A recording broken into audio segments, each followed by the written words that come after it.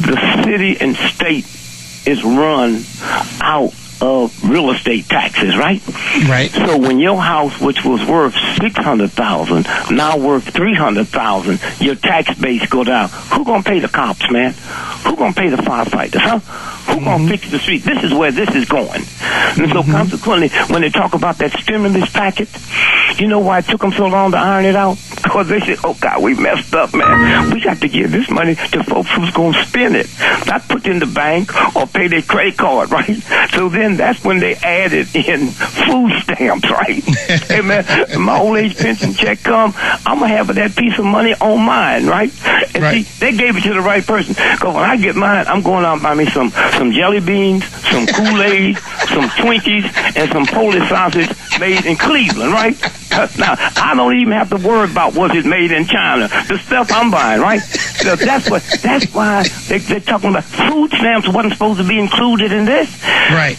Look, it's like if I'm bringing water to your house to fight a fire, and somebody says, man, we need to make some Kool-Aid for the party. No, man, this is for the fire.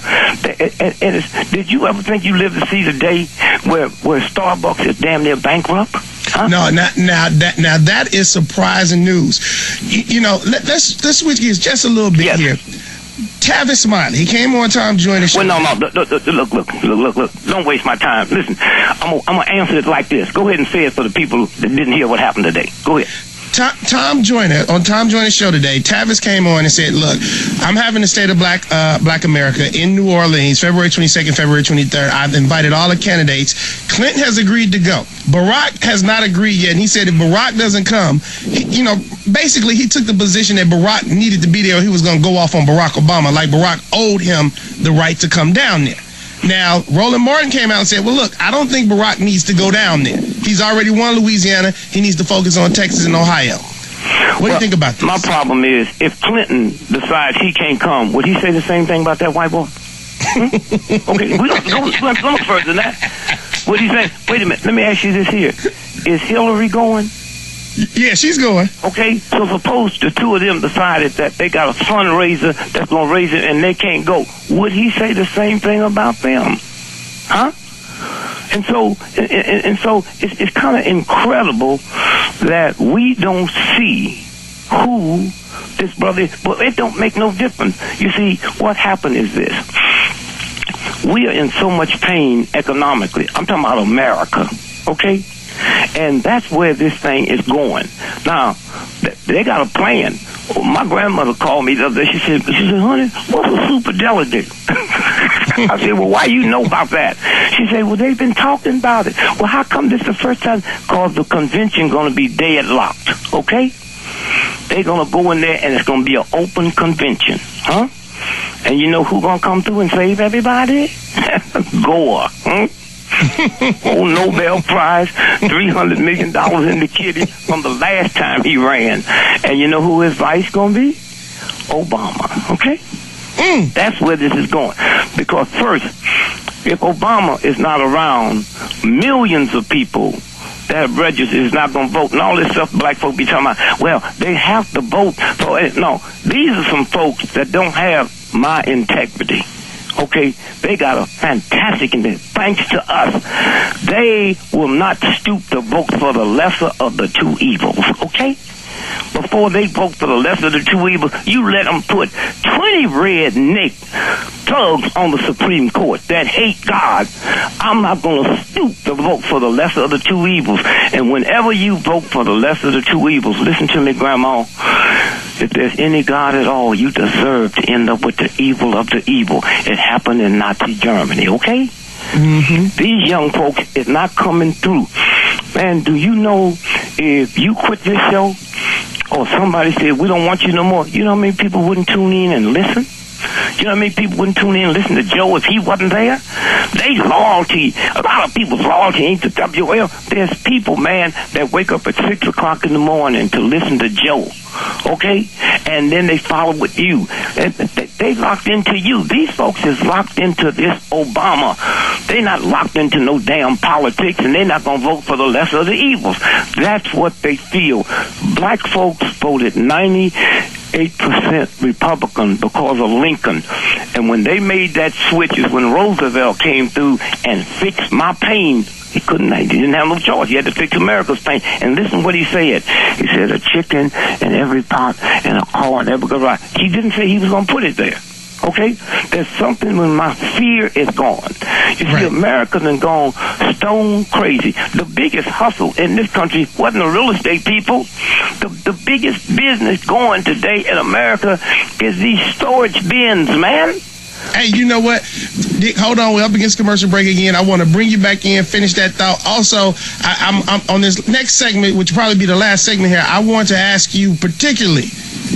You just said Gore and Obama is probably going to be the ticket here. But if Gore, if it's not a lock, where do you see this going? We're going to answer that on the other side. We're talking with Dick Gregory. All right, Truth Fighters, if you're just tuning in right now, we are talking with, simply one of the most brilliant people that I know, Dick Gregory. We're talking about this political campaign season. And Dick, you were touching on FDR a little bit, but I want to ask you this as well. What's next for us as people in this country? Where do we go next? Well, first, when you say us, you mean black folks?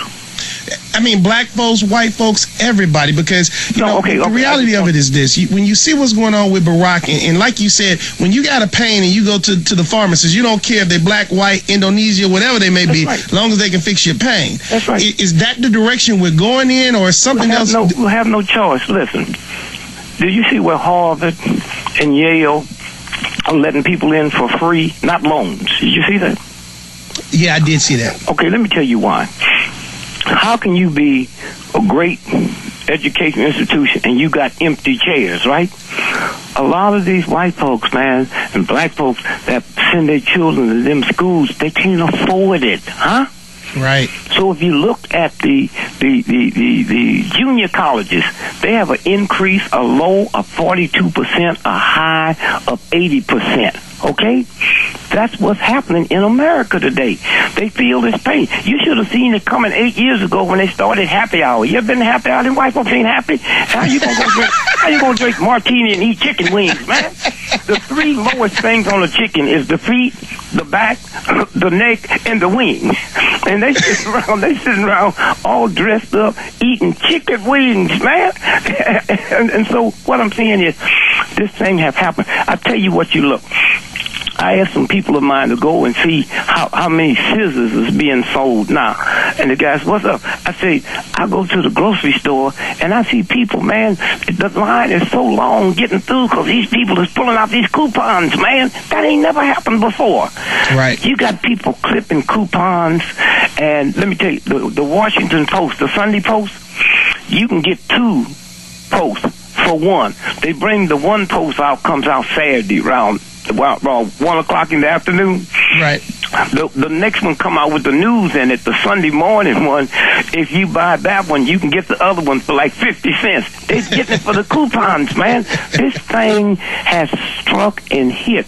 Bell Telephone stock went down like it never had because these folks ain't paying their phone bill, man. They hurting. And so when that happens, let me put it this way. I leave your house tonight.